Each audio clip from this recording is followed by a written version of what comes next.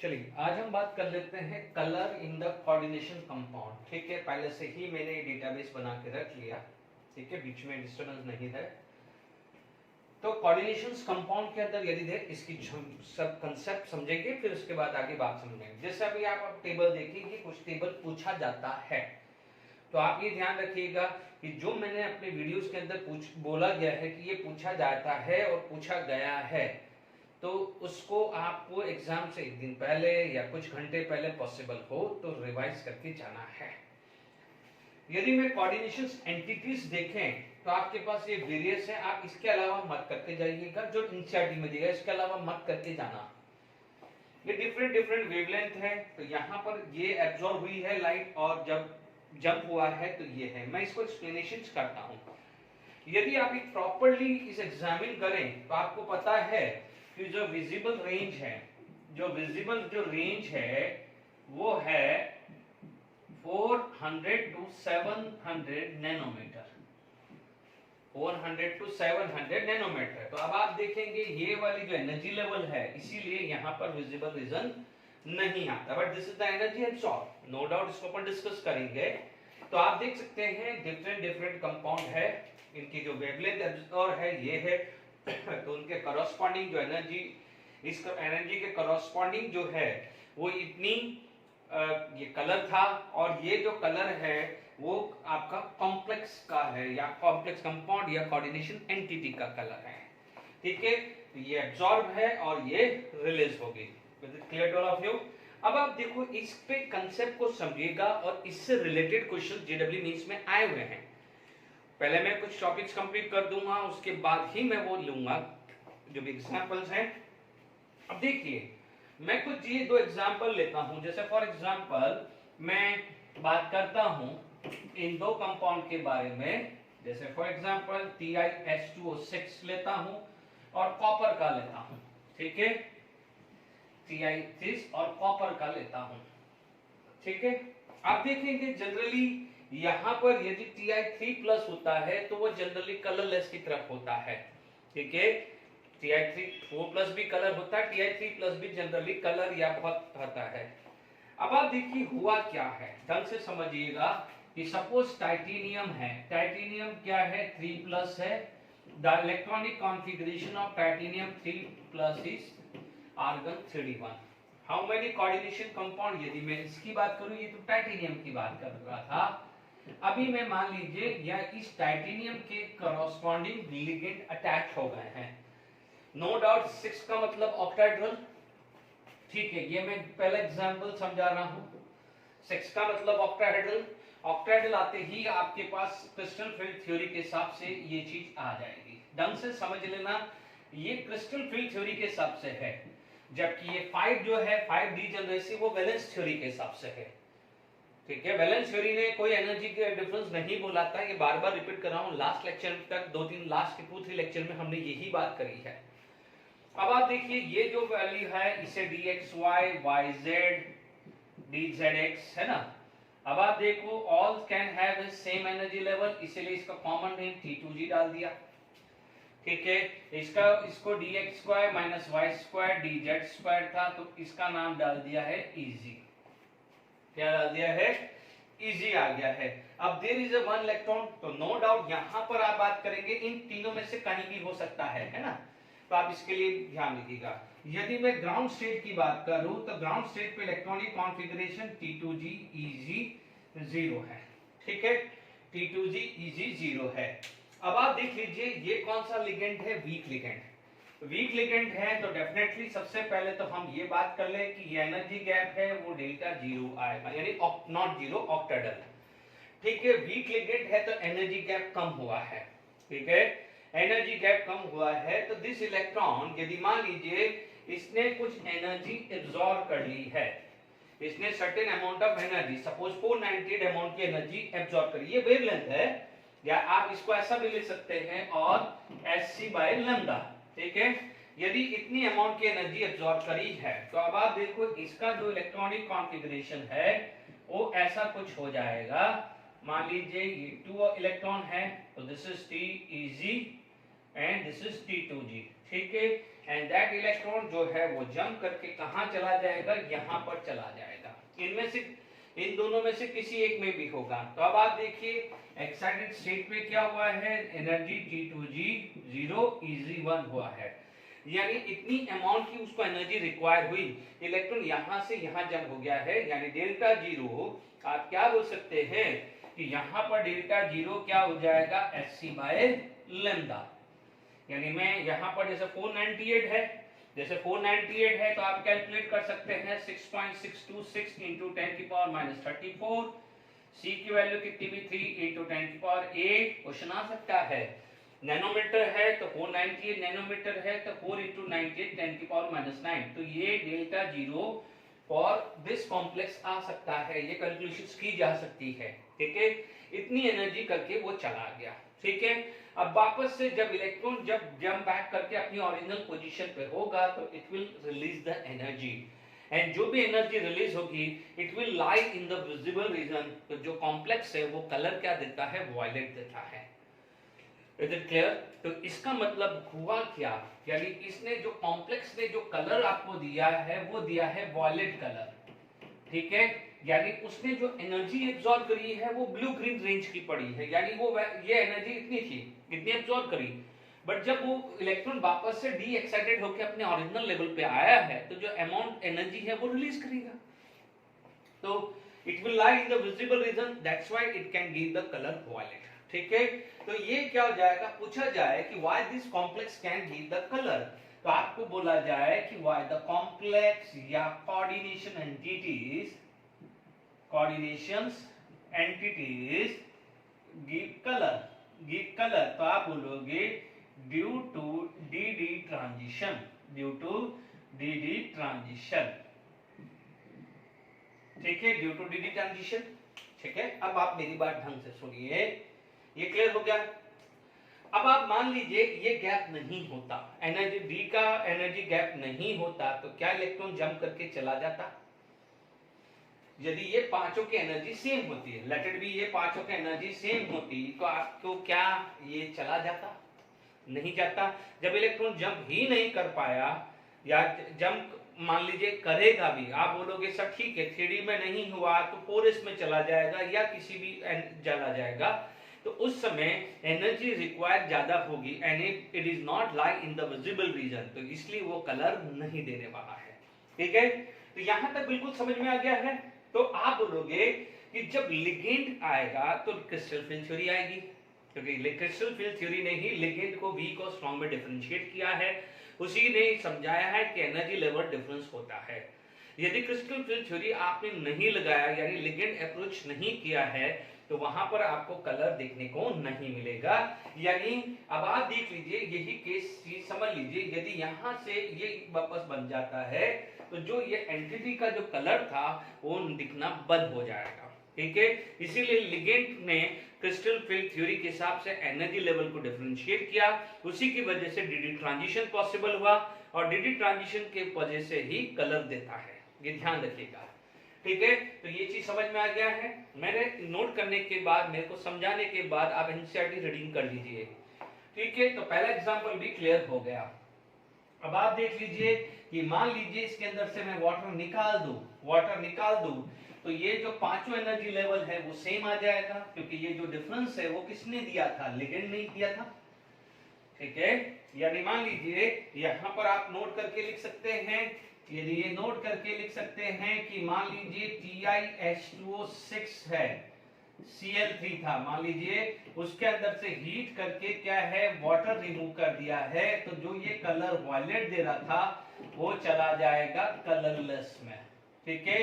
यानी यहां पर क्या है, यहां पर CFSE अकर हो रहा था, यहां पर क्या है नो CFSE, जब नो CFSE है तो पांचों की एनर्जी लेवल सेम आ जाएगी, पांचों की एनर्जी लेवल क्या हो जाएगी, सेम आ जाएगी, तो यहां पर क्या हो जाएगा नो डी ट्रांजिशन, ठीक है। और अभी अपन ने क्या पढ़ा है, CFSE की वजह से डी ट्रांजिशन हुआ है और डी ट्रांजिशन की वजह से कलर आया था। Is it clear? ये क्वेश्चंस आ जाए तो आप इस तरह से बात कर सकते हैं, ठीक है। एक और एग्जांपल से समझ लेते हैं तो आसान हो जाएगा। अब आप देखिए यहां पर, देखिए जो एग्जांपल नेक्स्ट सेकंड एग्जांपल है हमारे पास, ठीक है। देखिए सेकंड एग्जांपल आप देखेंगे कि जैसे CuSO4 और CuSO4.5H2, ये कलर जो है CuSO4, ये जो कलर देता है ब्लू कलर देता है और ये होता है कलरलेस, ठीक है। अब आप देखिए ये ब्लू कलर देता है कलरलेस, इस चीज को ऐसे लिखते हैं CuH2O4 सल्फेट.H2O। Is it clear? तो ये जो है यहां पर आप बोलोगे what H2O as a ligand, है ना, तो वो कितने हैं 4, और क्या जाएगा H2O एज ए एज, ठीक है, यहां पर क्या है लिगेंड है, तो आप बोलोगे ये क्या हो गया है कोऑर्डिनेट बॉन्ड हुआ है। क्या हुआ है? Coordinate bond. अब आप देखो सल्फेट है, सल्फेट के ऊपर ऑक्सीजन है, सल्फेट के ऊपर क्या है ऑक्सीजन, तो ये वाटर इस सल्फेट के ऑक्सीजन के साथ हाइड्रोजन बॉन्डिंग होता है, तो one water due to hydrogen bonding. ये question chemical bonding point of view पूछा जा सकता है, ठीक है। तो ये 4 वाटर जो है एज ए कोऑर्डिनेट बॉन्ड है, यानी ये वाटर लिगेंड है और this water is attached with the oxygen of this due to the hydrogen bonding, ठीक है। तो ये चीज क्लियर हुआ है। तो अब आप देखो ये कलरलेस था, anhydrous form is colourless and hydrated form is a blue colour, तो इसके पीछे भी यही है रीजन, आप देख लीजिए, यानी ये वाला केस है वो यही है ना। अब समझिए इस चीज को अपन क्लियरली समझते हैं। आप देखिए Cu2+ का, Cu2+ के अंदर आप देखेंगे तो दिस इज 3D9, 3D9 का मतलब यदि मैं बात कर लूं तो ठीक है 3D9 है, जब तक आपके पास इस टाइप का है तो आप बोलोगे सेम एनर्जी लेवल, ठीक है। अब आप देखो यहां पर आप बात करें तो आपके पास क्या हुआ है, ये एनर्जी लेवल आया है, यानी अब आप देखो स्प्लिटिंग हो गई है, क्योंकि देखिए 4 है तो यहाँ पर टेट्राहेड्रल है, टेट्राहेड्रल यदि मैं बात करूं टेट्राहेड्रल, तो this electron can be transmit, यदि मैं बात करूं पेयर को छोड़ दूं तो अब आप देखो ये इलेक्ट्रॉन जो है वो इधर से उधर ट्रांसमिशन कर सकता है, clear. This electron can lie in any one, यदि मान लीजिए यहाँ पर हुआ है तो मान लीजिए एब्सॉर्ब किया है तो इट मे बी पॉसिबल कि वो यहाँ पर भी आ जाए, ठीक है। तो आप देखेंगे कि इलेक्ट्रॉन जो है ये वाला वो यहाँ भी हो सकता है, यहाँ भी हो सकता है, ठीक है।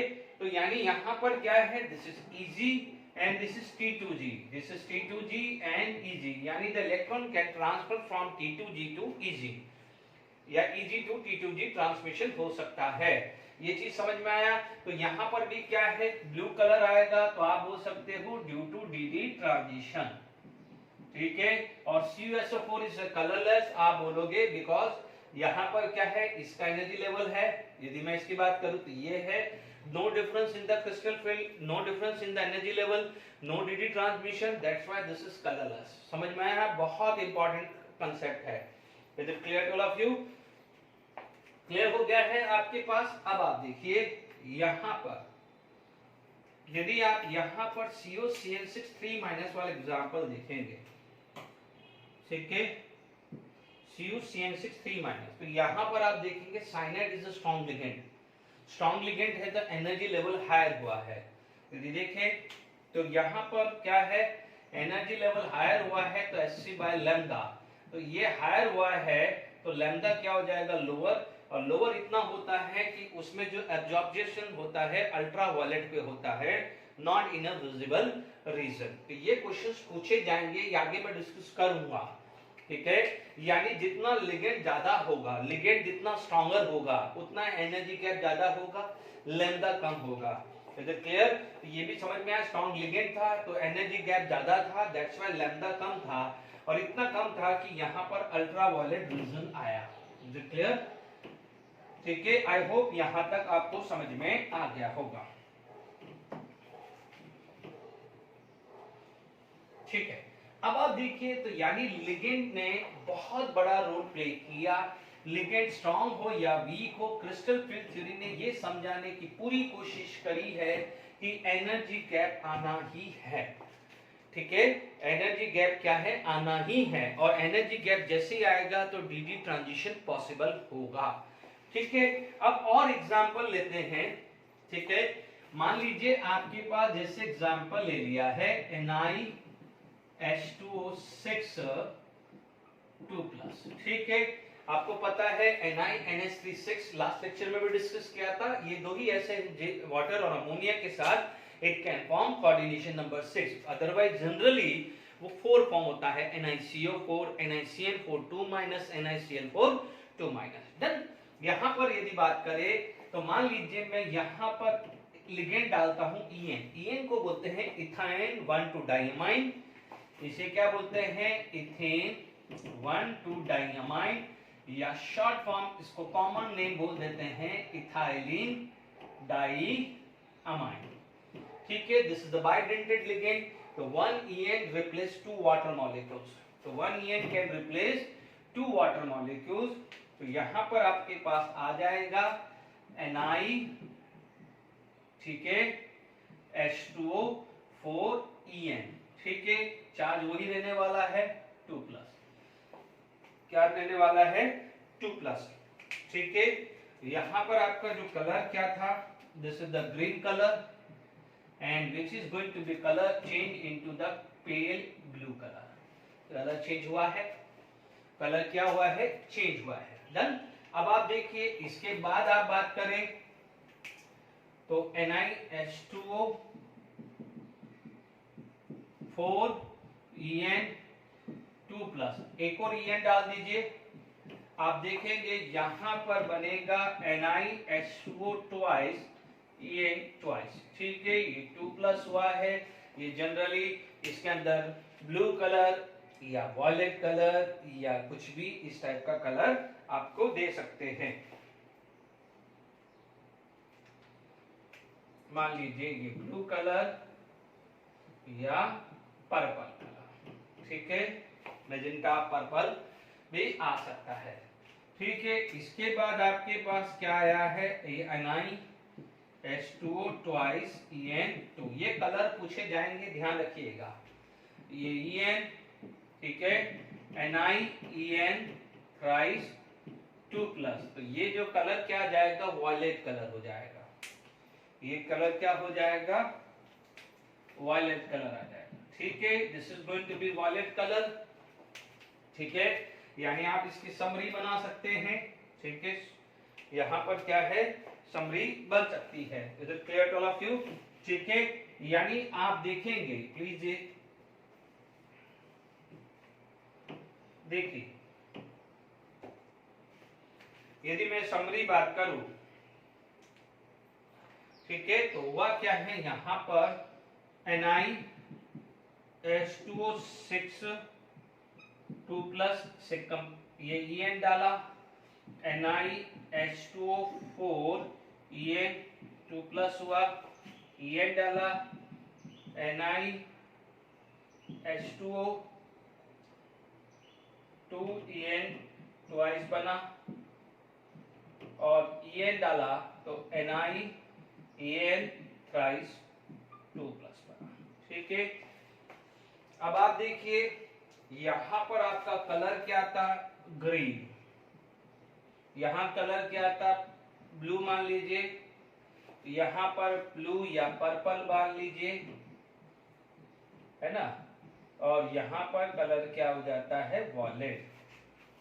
ठीक है, यानी आपका जो कलर है लगभग विबग्योर टाइप आया है।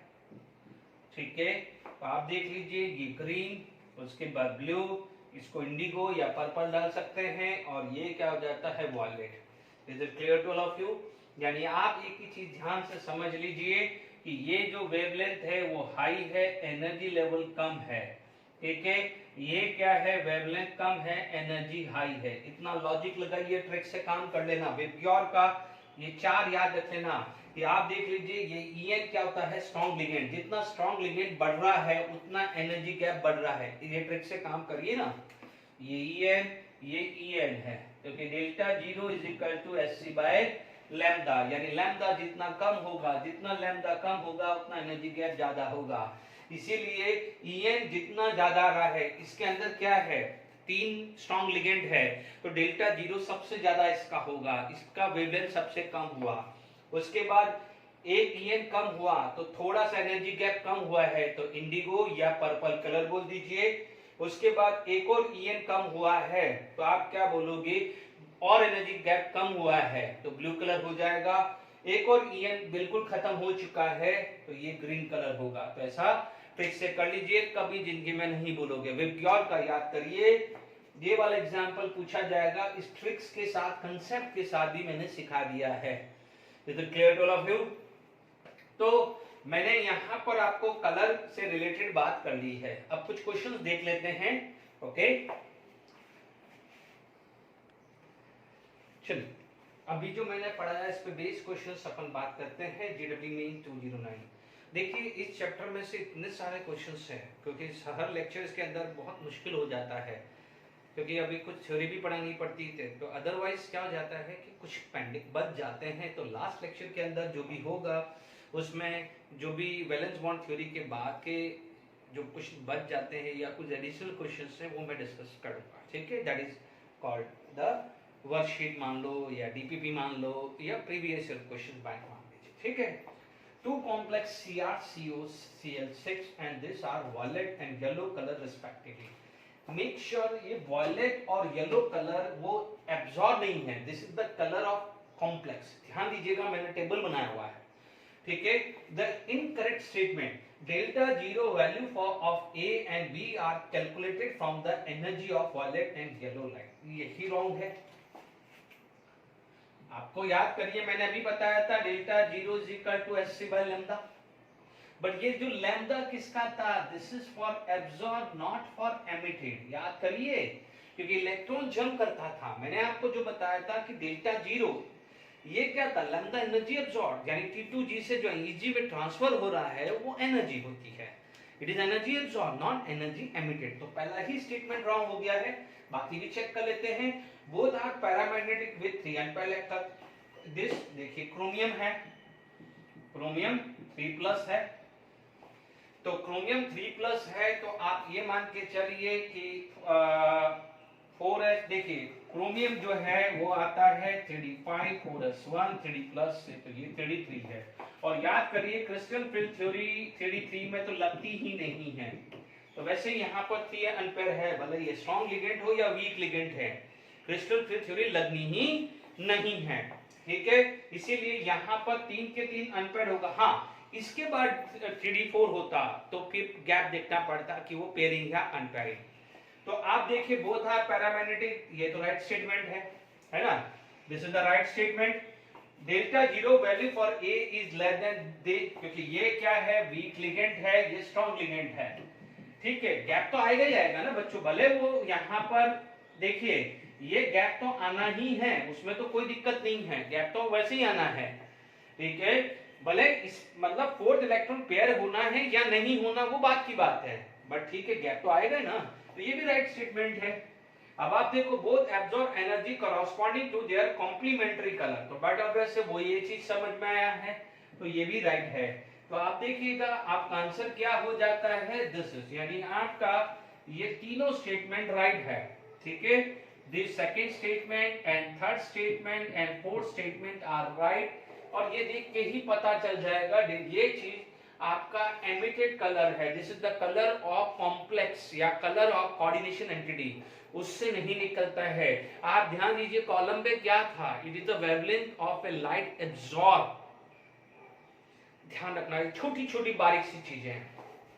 ठीक है, homolactic octahedral complex of a metal ion M3+ with 3 monodentate ligand L1 L2 and L3 absorb wavelength in the region of green blue red। ठीक है, ठीक है, अब आपसे बोला है कि the increasing order of wavelength, increasing order of ligand strength. तो अभी आप देखिए मैंने क्या बोला था कि डेल्टा जीरो, याद करिए delta zero is equal to H by lambda, done, यही पढ़ा था।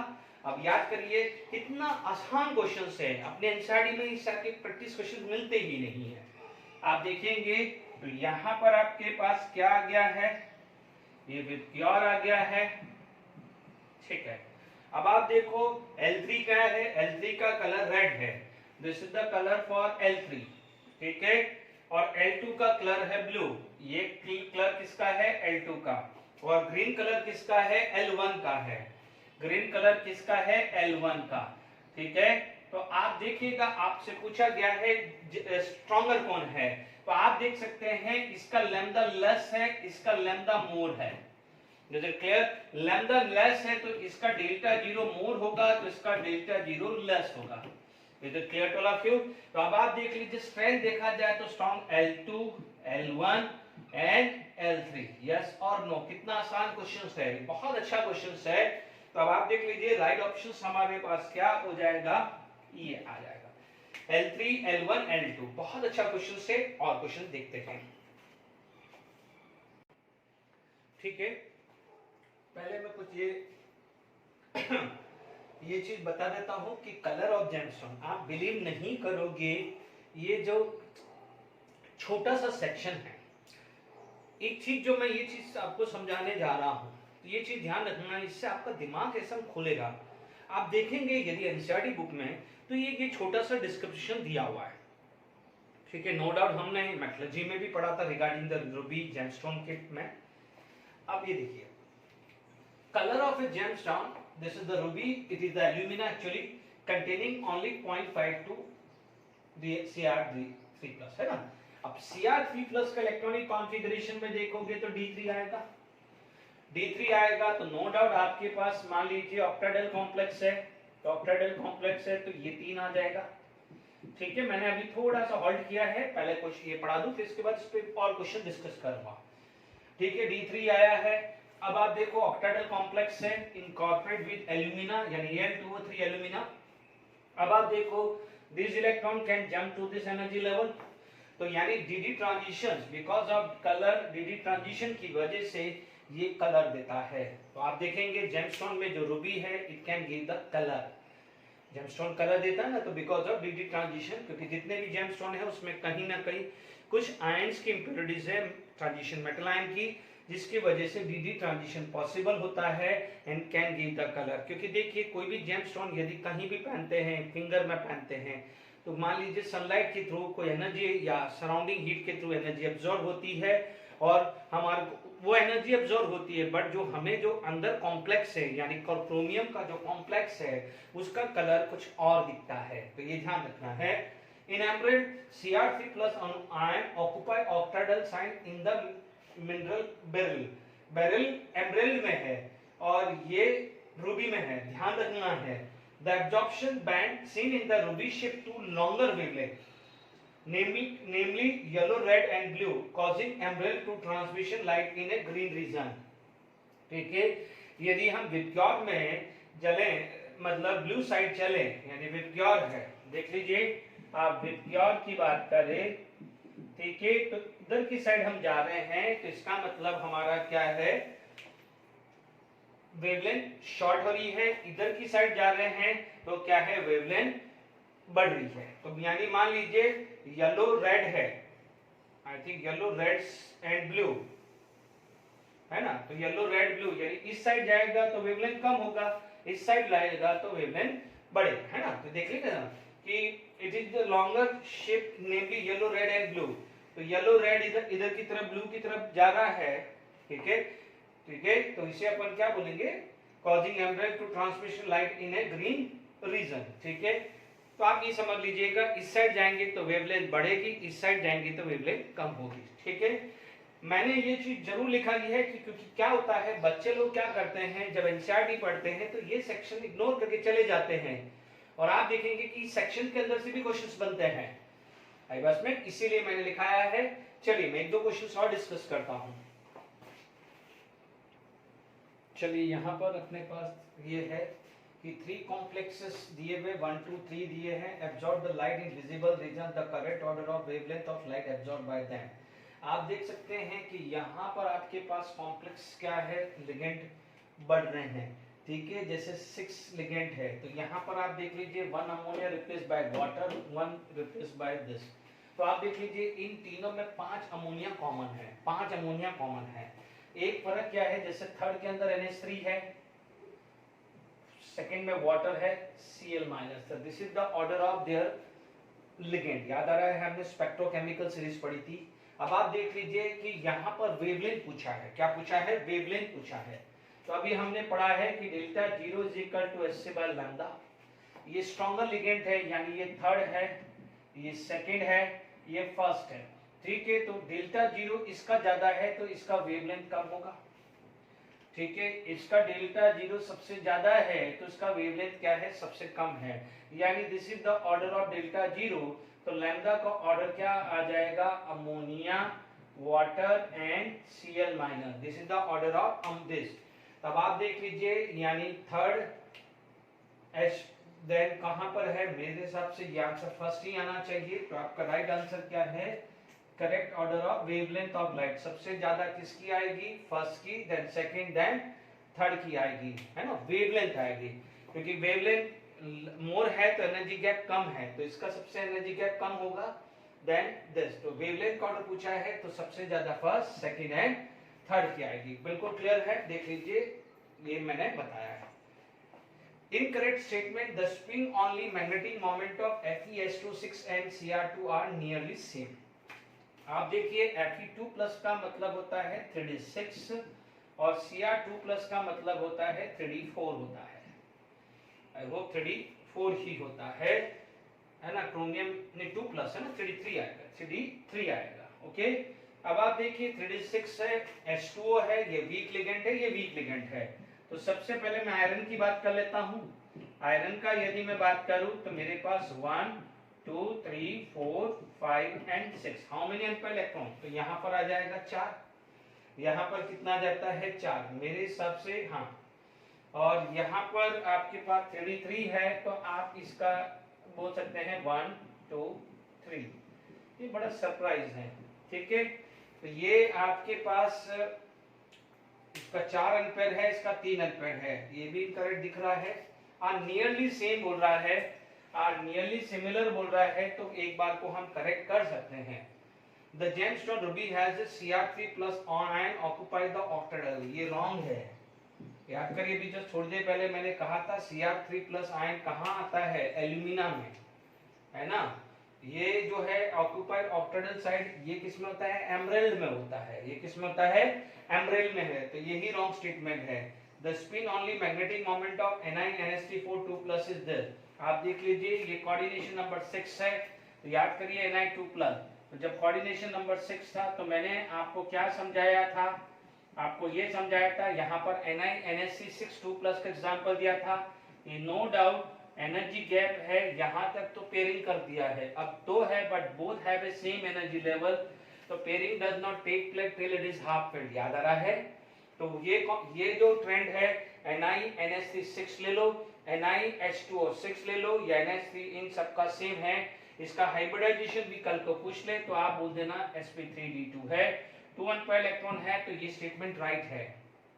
This statement is right. The colour of this is violet. ये तो एनसीईआरटी टेक्स्ट बुक में ही लिखा हुआ है। पर मान लीजिए आपको यहाँ पर यदि किसी तरह का फंडा याद रखना हो, कोशिश कर रहा हूँ, अच्छा नहीं है, कोशिश कर रहा हूँ, अच्छा नहीं है, बट ठीक है, आप आगे बात कर सकते हैं। ठीक है, देख लीजिएगा यहाँ पर, देखिए हमने यहाँ पढ़ा था येलो, ब्लू, ग्रीन, ब्लू, मान लीजिए युवराज, है ना? तो यहाँ पर आपके पास इस टाइप का केस है। ओके, तो यहाँ पर आपके पास आ जाएगा रेड, ग्रीन, ठीक है, यहाँ पर आ जाएगा येलो। ठीक है, तो मैं यहाँ पर पहले फंडा बना के लिख देता हूँ, कोशिश कर रहा हूँ, पहले लिख देता टाइम। देखिए मैंने कोशिश करी है बनाने की। जो ये है एब्जॉर्ब वाली है, ये ब्लास्टर बैट्समैन युवराज सिंह का मान लीजिए रन बनाएगा, तो बनाएगा का बीजी याद रह जाएगा। ये ब्लास्टर बैट्समैन यूवी रन बनाएगा, ट्राई कर रहा हूं। देखिए ये बड़ा अजीब सा है, वी आर एंड यू है ना, इसका यू कर दो, प्यारी बंधन या प्यारी बॉन्डिंग वाली, कुछ भी लिख दीजिए, है ना? वी आर एंड यू, प्यारी बॉन्डिंग, प्यारी बॉन्डिंग, मतलब हमारी और आपकी एक अच्छी बॉन्डिंग, ऐसा कुछ बना लीजिए, ठीक है। तो ये समझ लीजिए कि ये वॉयलेट है, ठीक है, और येलो एब्जॉर्ब हुई है, ठीक है। तो आप देख लीजिए एनसीईआरटी बुक से ऊपर नहीं आ रहा है, ठीक है। आगे हम रख कर लेते हैं disadvantage of crystal film theory में लिख दे, मैं पढ़ा देता हूं, ठीक है। ठीक है, limitation of crystal film theory की बात करें तो नो डाउट इस ये थ्योरी बहुत अच्छी रही है, ठीक है। यानी यहां पर आप क्या बोल सकते हैं कि it successfully explain about formations, ठीक है, स्ट्रक्चर,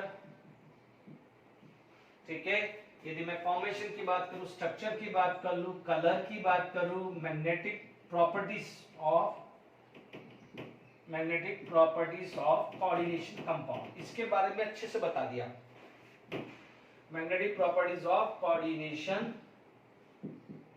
कंपाउंड, इसके बारे में कोई दिक्कत नहीं है, आराम से आप देखिएगा कैसे बॉन्ड फॉर्म हुआ है, क्या शेप है। मान लीजिए हाइब्रिडाइजेशन sp3 है, dsp2 है, टेट्राहेड्रल है, स्क्वायर प्लेनर है, ऑक्टेडल है, sp3d2 है या d2sp3 है, ठीक है। कलर के बारे में भी अभी हमने पढ़ा है, डी ट्रांजिशन बात करी है, मैग्नेटिक है, paramagnetic, diamagnetic.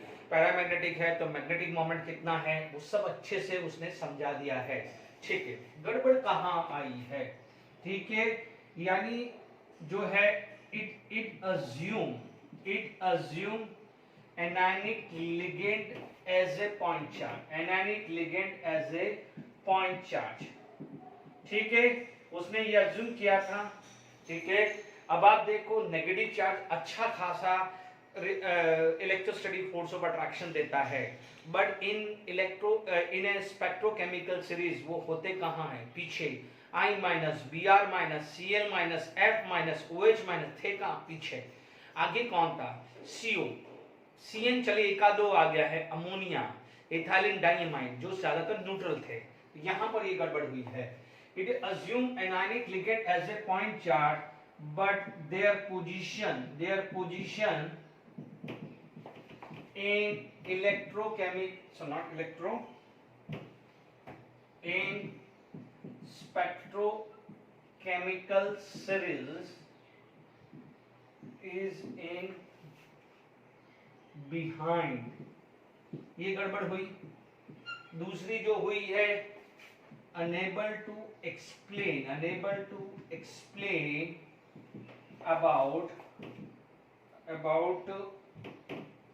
about covalent bonding between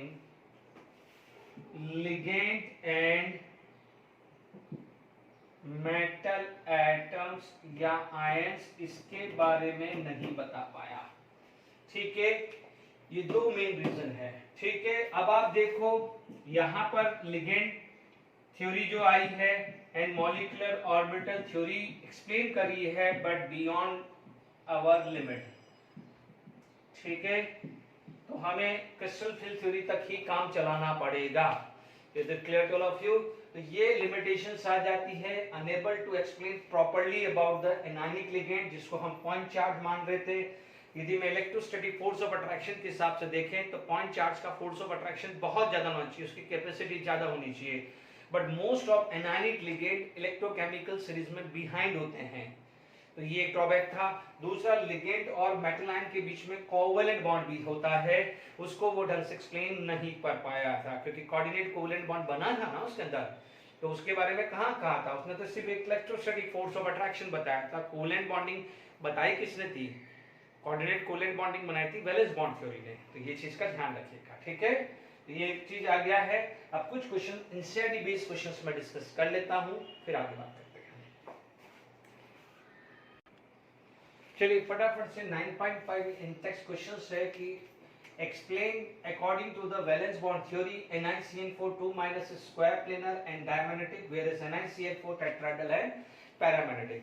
यदि हमने यहाँ पर बात करें तो यहाँ पर क्या था, ऑक्सीडेशन नंबर +2 था, तो Na2+ की बात करें तो आर्गन कितना होता है 3D8 होता है। यदि मान लीजिए मैं ज्योमेट्री बात करता हूं NiCN4 2 माइनस की, ठीक है, NiCN4 2 माइनस की बात कर रहे हैं तो निकल का कितना है 3D8 ऐसा आता है निकल का, Ni2 प्लस का, Ni2 प्लस का ये आता है, ठीक है, Ni2 प्लस का ये आता है। तो देखिए NiCN4 2 माइनस का क्या बनेगा, पेयरिंग हो जाएगी, पेयरिंग होगी तो लाइक दिस आएगा, ओके। तो यहाँ पर ये एम्प्टी ऑर्बिटल, ये का एम्प्टी ऑर्बिटल और ये एम्प्टी ऑर्बिटल आ जाएगा, ठीक है। तो आप देख सकते हैं यहाँ पर ये आया, ये आया, ये आया, ये आया, हाइब्रिडाइजेशन ये क्या गया है DsP2। तो आप बोल सकते हैं DsP2 के हिसाब से स्क्वायर प्लेनर आ गया है, DsP2 के हिसाब से क्या हो गया है स्क्वायर प्लेनर ज्योमेट्री आ गई।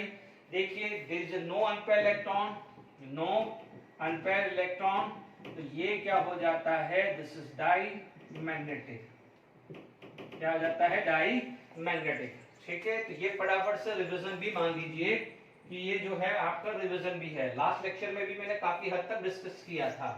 अब मान लीजिए NiCN4 2 माइनस की बात करें तो अब आप देखिए NiCl4 के अंदर 3D8 है, ये 3D8 है, ये 4s है और ये 4p है। मैं 3D की बात करूं 1 2 3 4, यहाँ पर पेयरिंग नहीं होती है, ठीक है।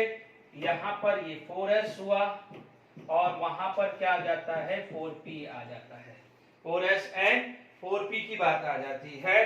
तो यहाँ पर आपके पास 1 2 3 4 5 हाइब्रिडाइजेशन आपका sp3 आ गया है, हाइब्रिडाइजेशन sp3 आ गया है तो आपके पास आ जाएगा टेट्राहेड्रल शेप, ठीक है, tetrahedral and how many unpaired electron, यदि अनपेयर इलेक्ट्रॉन की बात करें तो ये आ जाता है 2 और मैग्नेटिक मोमेंट की बात करें 2 × 2 + 2 स्क्वायर रूट ऑफ 8 आ जाता है, लगभग 2 पॉइंट समथिंग बोहर मैग्नेट्रॉन आ जाता है, ठीक है। तो 9.5 भी खत्म हुआ है। अब आप देखिए 9.6 की बात करें तो 9.6 के अंदर क्या होता है कि ये जो है दोनों की ज्योमेट्री टेट्राहेड्रल बोली जाती है, ठीक है, स्ट्रॉन्ग लिगेंड है बट दोनों की ज्योमेट्री टेट्राहेड्रल है, बट एक पैरामैग्नेटिक है दूसरा डायमैग्नेटिक है। अभी 9.6 के अंदर तो ये पैरामैग्नेटिक एक्सप्लेन कर चुका हूं। 9.6 में मान लीजिए NiCO4 की बात करूं, ठीक है, ऑक्सीडेशन नंबर 0 है, यहां पर ये +2 ये एक्सप्लेन कर चुका हूं तो ये रिपीट नहीं कर रहा हूं। NiCN4 तो देखिए यहां ऑक्सीडेशन नंबर 0 तो Ni का आता है आर्गन 3D8 एंड 4s2, ठीक है। कार्बन मोनोऑक्साइड क्या होता है स्ट्रॉन्ग लिगेंड होता है, ठीक है, स्ट्रॉन्ग लिगेंड होने के कारण क्या होता है पेयरिंग करेगा, ठीक है। तो आप देख सकते हैं NiCO4, ठीक है, आप देख सकते हैं तो ये 3D8 हुआ है, तो पहले एक समझिएगा 3D8 को पेयरिंग हुआ है, 3D8 पेयरिंग हुआ है, तो अब ये जो 2 इलेक्ट्रॉन है वो इधर आ जाते हैं, तो this is the 2 electron for this, ठीक है। 1 मिनट देखिए यहाँ पर बात करें तो देखिए 4s एंड 4p आ गया है, इज इट क्लियर। तो यहाँ पर हम बात करते हैं 1 2 3 4 5, ठीक है। तो ये जो हाइब्रिडाइजेशन क्या आ जाता है sp3, ठीक है, ये भी टेट्राहेड्रल था तो ये भी क्या हो जाएगा टेट्राहेड्रल, बट यहाँ पर अनपेयर इलेक्ट्रॉन कितने थे 2, इसलिए magnetic moment 2 + 2 it is 8 square root Bohr magnetron आया। यहाँ पर आपका डाईमैग्नेटिक आएगा, क्या आएगा diamagnetic, is it clear to all of you. Next questions पे हम मूव करते हैं। देखिए यहाँ पर आपके पास क्वेश्चन आ जाता है कि why Fe(S2)63+ is a strong paramagnetic, why FeCN63- is a weak paramagnetic। सबसे पहले आपको ये पता होना चाहिए कि साइनाइड होता है स्ट्रॉन्ग लिगेंड एंड H2 होता है वीक लिगेंड। वीक लिगेंड क्या करेगा अनपेयर रखेगा यानी हुंस रूल फॉलो करेगा, स्ट्रॉन्ग लिगेंड क्या करेगा पेयरिंग करेगा, हुंस रूल फॉलो नहीं करेगा। यदि मैं 1 बाय 1 दोनों ले लेता हूं, मान लीजिए सबसे पहले Fe3+ का इलेक्ट्रॉनिक कॉन्फ़िगरेशन देखो तो मेरे पास आर्गन 3D5 है, ठीक है, मैंने डायरेक्टली Fe3+ का लिख दिया है। यदि मान लीजिए मेरे पास Fe3D5 की बात करूं तो 3D5 का मतलब हमने पढ़ा हुआ है before crystal field theory all the D orbital in metal ion और metal atom are same energy level. ठीक है, यदि यहां पर बात करें तो FeH2O6 3+, इसके अंदर क्या है, किसी भी तरह की कोई प्रॉब्लम नहीं आने वाली है। यहाँ पर आपके पास ये 5 ऑर्बिटल आया, 1 1 ईच आया, ये 3d5 आया, ये 4s आया, और ये बात आ गई है 4p। ठीक है, और बात आ जाती है 4d। ठीक है, 4d आ जाता है। यहाँ पर आप देखेंगे तो आपको 1 2 3 4 5 6, यहाँ पर आपका हाइब्रिडाइजेशन sp3d2 आ जाता है। ठीक है, sp3d2 आता है। How many unpaired electron? 5। तो यहाँ पर आपका मैग्नेटिक मोमेंट आ जाता है √5 × 5 + 2, ये लगभग 5.9 बोहर मैग्नेट्रॉन के लगभग आता है। ठीक है, यदि हाइब्रिडाइजेशन पूछ ले तो sp3d2 आ जाए है, और शेप को पूछे तो ऑक्टाहेड्रल ही आएगी। तो ये क्लियर हुआ। अब आप देखिए इसके अंदर यदि मैं ये कर लूं, सेकंड केस ले लूं, ये 3- ले लूं, तो ये क्या है, स्ट्रॉन्ग लिगेंड। स्ट्रॉन्ग लिगेंड क्या करेगा, इसको पेयर अप कर देगा। क्या कर देगा? पेयर अप, सॉरी, ये पेयर अप कर देगा, तो 1 इलेक्ट्रॉन रिमेन अनपेयर। तो यहाँ पर ये वाला भी ऑर्बिटल यूज हो जाएगा। तो here the hybridisation is like this. ठीक है, उस केस में ये यूज नहीं होगा। ठीक है, उसमें ये यूज नहीं होगा। ये 3D हुआ, आप देखेंगे तो ये आपका हाइब्रिडाइजेशन D2sp3 है। यहाँ पर हाउ मेनी इलेक्ट्रॉन अनपेयर? 1। तो मैग्नेटिक मोमेंट कितना आ जाएगा? 1 1 + 2 √3 1.73 बोहर मैग्नेट्रॉन। ठीक है, हाइब्रिडाइजेशन पूछे तो D2sp3, एंड शेप पूछे तो ऑक्टाहेड्रल। तो ये क्लियर हो गया है कि why it is the strong paramagnetic, why it is the weak paramagnetic. Because of strong ligand only 1 electron remain unpaired, and because of weak electron all the 5 electron remain unpaired. सिर्फ इतनी बात लिखनी है, बात खत्म हो गया है। अब आप देखिए इसके बाद आप बात करते हैं। ठीक है, इंटेक्स क्वेश्चंस चल रहा है हमारा, एनसीईआरटी के बहुत अच्छे क्वेश्चंस हैं। ये एक तरह से मान लीजिए कि आपका अभी तक जो 4-5 लेक्चर हुए उसका मैंने फटाफट से रिवीजन भी करवाया, लास्ट लेक्चर में भी करवाया है, बट क्योंकि एनसीईआरटी रिलेटेड है तो एक बार क्वेश्चंस करा के मैं बात खत्म कर सकता हूं।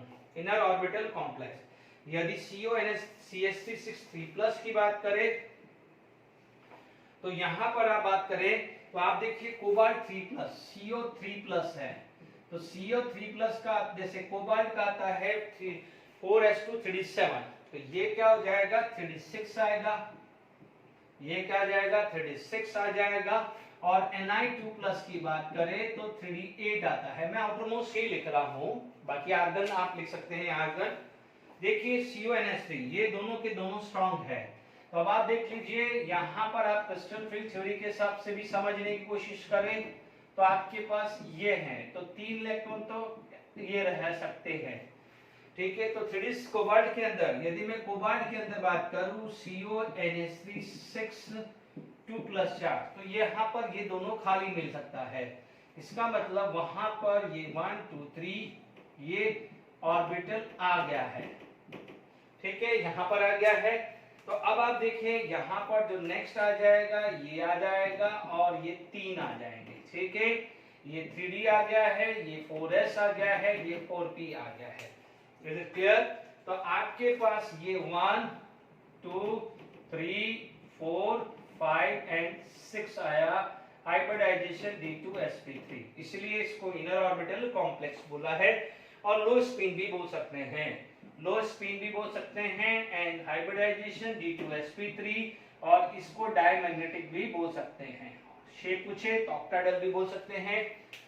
ठीक है, यदि मैं यही NiNS36 की बात करूं, NiNS36 लास्ट लेक्चर में अभी थोड़ी देर पहले भी बात करी थी इसमें एक मैटर पे। इस पे क्या हुआ है, क्योंकि अब देखिए ये 6 बढ़ चुके हैं तो नेक्स्ट 2 तो डेफिनेटली ऊपर लेवल पे ही जाएंगे, बट दोनों की एनर्जी लेवल सेम है। तो पहले यहाँ पर 1 1 ईच आएगा। गलती से भी दोनों मत कर देना। स्क्वायर प्लेनर में कर पाते थे, स्क्वायर प्लेनर में कर पाते थे क्योंकि स्क्वायर प्लेनर में चीजों को समझिए, हर का एनर्जी लेवल अलग था, यहां नहीं कर पाते, यहां नहीं कर पाते, ठीक है, इसीलिए यहां पर हुआ, फिर यहां हुआ, यहां हुआ, इसलिए DsP2 बोलते थे। बट यहां पर अलग अलग है, यहां सेम है, तो पहले हाफ फिल करना पड़ेगा, गलती नहीं होनी चाहिए। बहुत अच्छे क्वेश्चन दिए हुए हैं, आप इमेजिन करके चलिए कि मैंने तो अभी क्वेश्चन देखे हैं, तो आप देख सकते हैं कि कितने पहले से ही मैंने सारे डिस्कस कर दिए हैं, फिर भी एनसीईआरटी के हिसाब से है, तो मैं 1 बाय 1 एक बात बता रहा हूँ। 10-15 मिनट एक्स्ट्रा होने से कोई फर्क नहीं है, रिवीजन हो जाएगा, ठीक है। अब आप देखिए ये P के 3 आ गए और D का भी ये आ गया है 2 ऑर्बिटल। डन।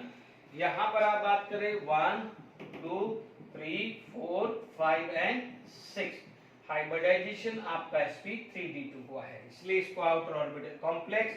और यदि मैग्नेटिक मोमेंट की बात करें तो ये क्या हो जाएगा, हाई स्पिन आ गया है, sp3d2 आ गया है एंड पैरामैग्नेटिक आ गया है, ठीक है। तो यहां पर हमने ये दोनों क्वेश्चंस भी कर लिए, बहुत अच्छे क्वेश्चंस हैं। आगे बढ़ते हैं, ठीक है। Predict the number of unpaired electron in the square planar PtCN4। यदि आप देखेंगे तो यहाँ पर Pt2+ आया, ठीक है। Pt2+ का मतलब जैसे देखिए निकल है ना, पैलेडियम प्लेटिनम, तो इसका मतलब यहाँ पर 3d 4d 5d। देखो मैं तरीका सिखा रहा हूँ कि अब कभी भूल जाओ तो आप कैसे कर सकते हो। आप देख लीजिए, आपने पढ़ा हुआ है, इस केस के अंदर आपने NiCN4 2- पढ़ा हुआ है, तो उसी का भाई भतीजा है ये PtCN4 2-, तो ठीक है। आप जैसे 3d8 में पढ़ते थे स्क्वायर प्लेनर, तो आप देख सकते हैं स्क्वायर प्लेनर के अंदर कैसा अरेंजमेंट होगा, ठीक है। हमने ये पढ़ा है, ये एनर्जी लेवल, ये एनर्जी लेवल, ठीक है। यहाँ पर ये एनर्जी लेवल और ये पढ़ा है, याद करिए स्क्वायर प्लेनर लास्ट लेक्चर में डिस्कस किया था। अब देखिए यहाँ पर 5d8 है, तो यहाँ पर आ जाएगा इलेक्ट्रॉन, यहाँ पर आ जाएगा, यहाँ पर आ जाएगा, तो ये खाली हो जाएगा, ठीक है। जैसे निकल के अंदर बात हुई है वैसे ही प्लेटिनम के अंदर बात होगी। तो अब आप देख लीजिए प्लेटिनम CN4 2- की बात करें तो यहाँ पर आपके पास आ जाएगा 5d8, 1 2 3 4, ये 5d है, 1 2 3 4 5 6 7 है ना, 5 के बाद 6s एंड 6p आएगा, डन, ये 6p, ठीक है। अब आप देखिए यहाँ पर आपके पास यूज करें तो हमें मिलेगा 1 2 3 एंड 4, हाइब्रिडाइजेशन आपको क्या मिला है, DsP2, हाइब्रिडाइजेशन क्या है, DsP2 स्क्वायर प्लेनर, क्योंकि Cn क्या है, स्ट्रॉन्ग लिगेंड है, तो DsP2 है, तो हाउ मेनी अनपेयर्ड इलेक्ट्रॉन, आपका आंसर क्या आ जाएगा, 0, क्या आ जाएगा, 0 आंसर आ जाएगा। Is it clear? यानी PtCN4 2- इज डायमैग्नेटिक, ये क्या है, डायमैग्नेटिक है, ठीक है, तो ध्यान दीजिएगा, ओके। अब आप देखिए MnH262+ have 5 unpaired electron and Mn64- have unpaired electron and we have to explain according to the crystal field theory। अब आप देखिए 6 कोऑर्डिनेशंस है, तो आप देखेंगे यहाँ पर मैं फटाफट से ये 3 बना देता हूँ, ये 2 बना देता हूँ, फर्स्ट वाले के लिए, सेकंड वाले के लिए भी मैं 3 बना देता हूँ, यहाँ 2 बना देता हूँ, ओके। ये क्या है, MnH2O62+, ठीक है, ये है MnCN6 ठीक है।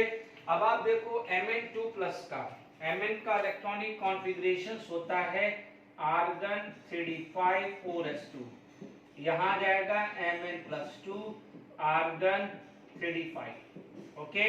अब आप देखो ये वीक लिगेंड है, ये क्या है, वीक लिगेंड, ये है स्ट्रॉन्ग लिगेंड, वीक लिगेंड में गैप कम होगा, तो 1 2 3 4 5 चला जाएगा। यदि कल को हाइब्रिडाइजेशन पूछे तो ये आगे वाले ही आने वाले हैं, तो हाइब्रिडाइजेशन क्या आएगा, sp3d2 आएगा, और मैग्नेटिक मोमेंट क्या आ जाएगा, 5.92 आएगा। Is it clear? क्योंकि हम कैसे एक्सप्लेन करेंगे कि यहाँ पर देखो, एक्सप्लेन करना ऐसे नहीं लिखना है। आप क्या बोलोगे, यहाँ पर ये है डेल्टा ओ, ठीक है, तो delta O is less than, sorry, delta O is less than P, where P stand for energy required for pairing. तो आप बोलोगे because of a weak ligand delta O यानी ऑक्टाहेड्रल एनर्जी गैप या CFSE in octahedral complex is less, so energy required to pairing is more, that's why the electron remain unpaired। ये समझ लीजिए, मैंने crystal field theory समझाई थी।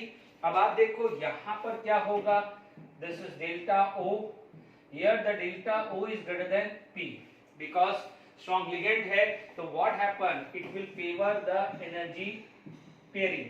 यहाँ पर क्या फेवर करेगा, फेवर करेगा पेयरिंग, क्योंकि एनर्जी रिक्वायर्ड टू पेयरिंग कम है, जो चीज कम होगी वो फेवर होगा। ये कम energy required for pairing less है, तो पेयरिंग फेवर करेगा। यहाँ पर क्या जाएगा, फेवर जंप या अनपेयर बात कर ले, है ना, फेवर क्या करेगा, अनपेयरिंग, ठीक है। तो यहाँ पर how many unpaired electron, 5, how many unpaired electron, 1। यहाँ पर मैग्नेटिक मोमेंट क्या जाएगा, 1.73 Bohr magnetron, both are paramagnetic in nature. Hybridisation पूछ ले तो ये आ जाएगा D2sp3 आएगा, ठीक है। आई होप मैंने ये समझा दिया है, D2sp3 आ गया है। तो आप देख सकते हैं कि क्रिस्टल फील्ड थ्योरी, कलर चीजें कितनी इंपॉर्टेंट है, ठीक है। फटाफट से अपन कुछ क्वेश्चंस भी देख लेते हैं।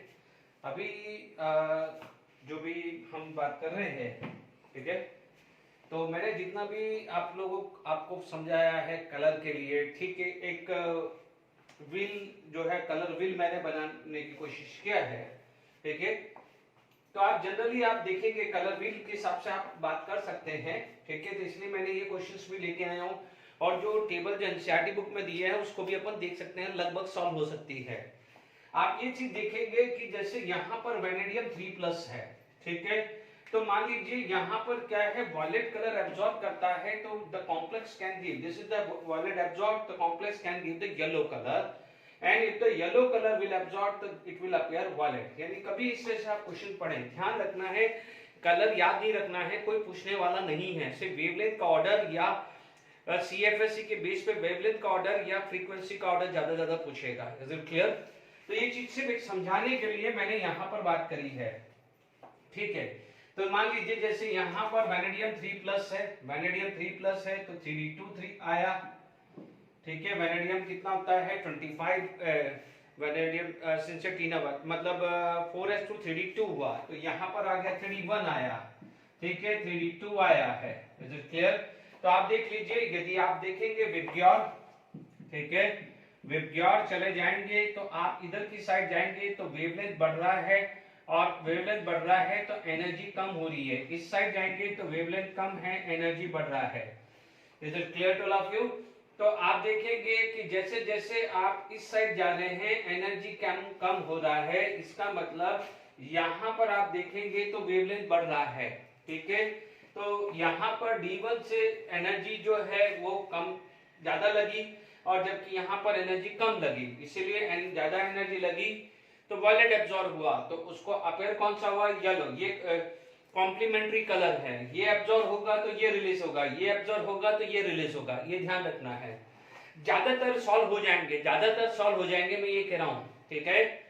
अब आप देखिए, ये जैसे यहाँ पर आपके पास ये है, ठीक है, मान लीजिए ये कलर आपको दिया हुआ है, ठीक है। अब इसको, इस कलर को जस्टिफाई करना, मैं वापस से रिपीट कर रहा हूँ कि कलर आपको याद नहीं रखने हैं, ठीक है। जैसे यहाँ पर आपको ग्रीन कलर अपीयर हो रहा है, ठीक है, ग्रीन कलर अपीयर हो रहा है, यहाँ पर वॉयलेट है, ठीक है। तो अब आप देखिएगा, जैसे जैसे आप ग्रीन, जैसे जैसे देखेंगे एनर्जी गैप ज्यादा होगा, एनर्जी गैप ज्यादा होगा तो वेवलेंथ कम होगा, और एनर्जी गैप कम होगा तो वेवलेंथ क्या होगा, ज्यादा हो जाता है। Is it clear to all of you? जैसे मान लीजिए यहाँ पर ये येलो कलर हो रहा है, तो डेफिनेटली उसने वॉयलेट अब्सॉर्ब किया होगा। यदि यहाँ पर वॉयलेट कलर दिया है तो इट विल अब्सॉर्ब येलो, ठीक है। यानी ये this is the colour of complex, this is the colour of complex. तो आप समझ लीजिए कि यहाँ पर देखिए, मैं इसको वापस से लिखता हूँ कि मान लीजिए इसके अंदर जो एब्जॉर्ब हुआ है, ये एब्जॉर्ब क्या क्या हुआ है ढंग से समझ लीजिए। ग्रीन कलर दिया है, इसका मतलब रेड एब्जॉर्ब हुआ होगा। ठीक है, वॉयलेट कलर दिया है तो उसके अंदर येलो एब्जॉर्ब हुआ होगा। ठीक है, और यदि येलो कलर दिया है तो वॉयलेट एब्जॉर्ब होगा। Is it clear? ये चीज होगा ना, वॉयलेट एब्जॉर्ब होगा तो तभी क्या है, कॉम्प्लेक्स येलो कलर देगा।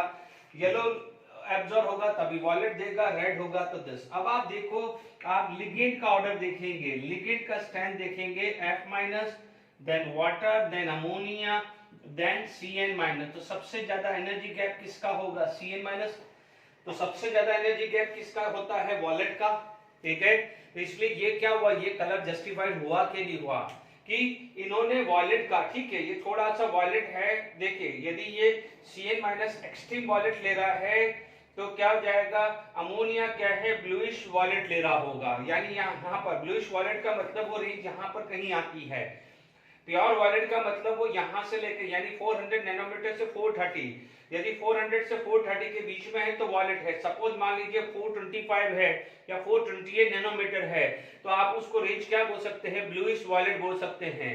तो वो अमोनिया आई है। फिर आप देखेंगे तो यहाँ पर एनर्जी येलो हुई, तो एनर्जी येलो कम हुई। और रेड हुआ, देखो रेड होगा तभी कॉम्प्लीमेंट्री कलर ग्रीन दिखेगा, और यदि येलो एब्जॉर्ब होगा तभी वॉयलेट होगा। ठीक है, ध्यान रखना, ये एब्जॉर्ब है तो ये देगा, ये एब्जॉर्ब है तो ये देगा। सिमिलरली आपको कलर क्या इमर्ज हुआ है, ग्रीन। ग्रीन कलर इमर्ज कब होगा, जब रेड एब्जॉर्ब होगा। ये हमने डीडी ट्रांजिशन में अभी पढ़ा है। ठीक है, ओके, तो ये चीज आपको कॉम्प्लीमेंट्री कलर, ये एग्जाम से थोड़ी देर पहले देख के जाना है, ये ध्यान रखना है। तो कभी कलर का क्वेश्चन आ भी जाए तो कर सकते हैं। क्लियर? तो मैंने ये जस्टिफाई कर दिया है, ग्रीन कलर इमर्ज हो रहा है, यानी रेड लाइट, यानी wavelength of red colour absorb हुई होगी। वेवलेंथ ऑफ रेड कलर क्या होती है, ज्यादा होती है, यानी एनर्जी गैप कम हुआ। तो यहाँ पर वीक लिगेंड है इसलिए एनर्जी गैप कम है, CFS कम है, डेल्टा जीरो कम है। यहाँ पर क्या है, थोड़ा सा स्ट्रॉन्गर हुआ है तो एनर्जी गैप कम हुआ, सॉरी हाँ, यहाँ पर एनर्जी गैप थोड़ा बड़ा है, इसमें और बड़ा है, इसमें और बड़ा है। इसका मतलब यदि मैं डेल्टा जीरो का ऑर्डर लूं तो Cn- ammonia, then water, then F-। तो वेवलेंथ की बात करूं तो उल्टा आ जाएगा, वेवलेंथ की बात करूं तो उल्टा आ जाएगा। इसलिए सबसे ज्यादा वेवलेंथ रेड कलर की, उसके बाद येलो, उसके बाद ब्लूइश वॉयलेट मान लें, और फिर लास्ट सबसे लेस्ट वेवलेंथ क्या हुई, वॉयलेट। तो आई होप ये सारा का सारा आपको क्लियर हो गया होगा। देखिए, तो मेरे हिसाब से अब कोई दिक्कत आनी नहीं चाहिए कलर वाले में। ठीक है, एक क्वेश्चन जनरली पूछा गया है, ठीक है, जो मैं बता देता हूं, जो जे एडवांस में भी पूछा गया है। ठीक है, एक कलर होता है, जैसे फॉर एग्जांपल हम बात करते हैं कलर, कलर इन कॉम्प्लेक्स। ठीक है, आप क्या बोलते हैं कि यदि D10 या D0 हो तो क्या होता है, कलरलेस होता है। ठीक है, D10 D0 होता है, बट आप जानते हैं KMnO4 का कलर होता है, K2Cr2 both can give colour, ये दोनों आपको कलर देते हैं, डी ब्लॉक में पड़ा हुआ है। जबकि आप देखेंगे इसमें Mn+7 है एंड Cr+6 है, दोनों का D0 कॉन्फ़िगरेशन है। ठीक है, तो अभी तक अपन ने जो पढ़ा था ड्यू टू डीडी ट्रांजिशन, यानी मान लीजिए complex give colour, complex give colour, तो आप क्या बोलोगे, ड्यू टू डीडी ट्रांजिशन। अभी तक हमने ये पढ़ा है ड्यू टू डीडी ट्रांजिशन। ठीक है, एज वेल एज एक और आता है जिसे बोलते हैं चार्ज ट्रांसफर, इसे क्या बोलते हैं, चार्ज ट्रांसफर। और वो होता है, यानी इसमें चार्ज ट्रांसफर होता है, चार्ज ट्रांसफर होता है किसके बीच में, लिगेंड और ये मेटल। या आईआईटी एडवांस में क्वेश्चन पूछा गया हुआ है, लिगेंड से मेटल के बीच में, इसे बोलते हैं। अभी तक अपन ने डीडी ट्रांजिशन पढ़ा है। तो देखिए इसके अंदर जो चार्ज ट्रांसफर है, इसके अंदर क्या चाहिए होता है, मेटल है हाईएस्ट ऑक्सीडेशन स्टेट, ये होना चाहिए। ठीक है, ये है ये +7+6। दूसरा क्या होना चाहिए, लिगेंड क्या क्या होने चाहिए, छोटे लिगेंड होने चाहिए, जैसे मोस्टली O2-, N3-, OH-, कई जगह क्लोरीन भी चला देते हैं, लिगेंड ये होने चाहिए। अब आप देखो इसमें क्या होता है, लिगेंड फुली फिल्ड और फुली मतलब ligand, p orbital of ligand, p orbital of ligand make a bond with d orbital of metal, ध्यान रखना है, ठीक है। d ऑर्बिटल ऑफ मेटल आता है, इसलिए कई बार इसे पाई एक्सेप्टर मेटल भी बोलते हैं, पाई एक्सेप्टर मेटल भी, क्योंकि electro metal is an electron acceptor. तो ये दो ही एग्जांपल्स हैं मोस्टली, ठीक है। उल्टा भी होता है मेटल टू लिगेंड, बट वो अभी कहीं ऐसा दिखता नहीं है, इसलिए मैं एक ही समझा दिया है, ये क्वेश्चन बना हुआ है, ठीक है। तो कलर का आप ध्यान से कुछ समझ लीजिए, जो ये व्हील बनाया है कॉम्प्लीमेंट्री कलर का, वो एग्जाम्स पहले देख लेना। एनसीईआरटी को जो एग्जांपल है एक बार रीडिंग कर लीजिएगा, बट पूछा जाएगा कि this will give the colour, तो ड्यू टू डीडी ट्रांजिशन। कई बार डेल्टा जीरो का ऑर्डर पूछा है, जो भी आगे हमने कोशिश किए हैं कि किसमें डेल्टा जीरो ज्यादा होता है, तो डेल्टा जीरो ज्यादा होता है स्ट्रॉन्ग लिगेंड में, और डेल्टा जीरो लेस होता है weak ligand. Delta zero is equal to H by lambda, जिसका डेल्टा जीरो ज्यादा लैम्डा कम, या डेल्टा जीरो जिसका लेस लैम्डा ज्यादा। सिंपल है, विग्योर है। आर की तरफ जाओगे तो लैम्डा बढ़ेगा, डेल्टा जीरो कम होगा। वायलेट की तरफ जाएंगे तो लैम्डा कम होगा, डेल्टा जीरो बढ़ेगा, बस। और यदि KMnO4 K2Cr2 से रिलेटेड आ जाए तो वहां पर चार्ज ट्रांसफर कहां से, लिगेंड से मेटल, यानी लिगेंड का p ऑर्बिटल मेटल के एम्प्टी ऑर्बिटल के साथ ओवरलैप होता है, उसकी वजह से भी कलर होता है। Otherwise generally D0 D10 are colourless, जैसे Zn2+ कलरलेस होता है, स्कैंडियम 3+ कलरलेस होता है, ठीक है। Cu+1 जनरली कलरलेस बोला जाता है, ठीक है। I hope this is the end of this topic. Colour के बारे में हमने आज बात कर लिया है, जॉन टेलर इफेक्ट्स के बारे में भी बात करें, okay. Thank you for today lecture.